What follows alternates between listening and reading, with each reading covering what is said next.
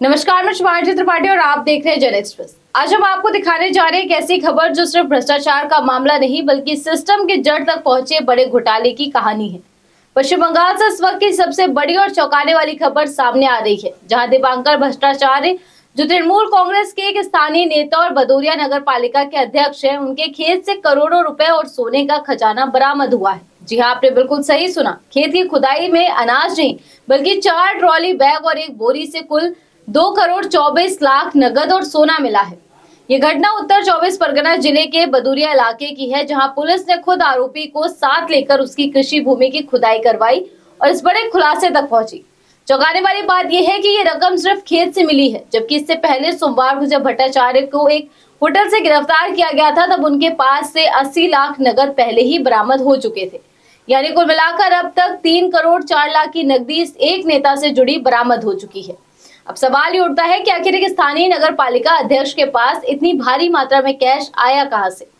Police सूत्रों के मुताबिक पूछताछ के दौरान खुद भट्टाचार्य ने ये कबूल किया है कि उसने अपनी जमीन में और भी पैसा छिपा रखा है। इस कबूलनामे के बाद पुलिस टीम उसे खेत में लेकर पहुंची और घंटों की खुदाई के बाद ये ट्रॉली बैग और बोरी बरामद हुई।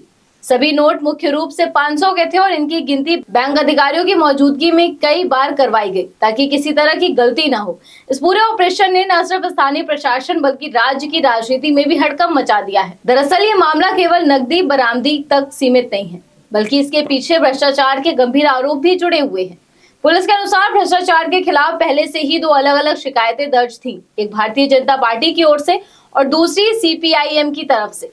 इन शिकायतों में आरोप लगाया गया था कि वो राज्य सरकार की बंगलार बारी आवास योजना के तहत घर आवंटन के लिए कमीशन वसूल रहे थे। इसके अलावा स्थानीय व्यापारियों से जबरन वसूली के भी आरोप सामने आए थे।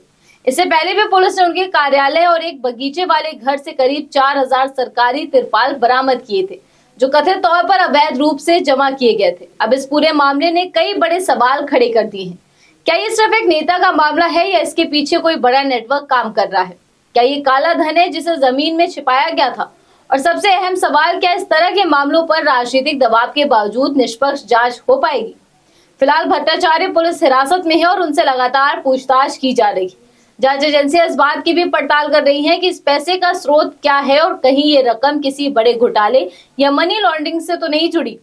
पश्चिम बंगाल में पहले भी कई बार नेताओं के यहाँ से नकदी बरामदगी के मामले सामने आते रहे हैं, लेकिन इस बार खेत से ट्रॉली बैग में करोड़ों मिलना अपने आप में बेहद असामान्य और सनसनीखेज मामला है।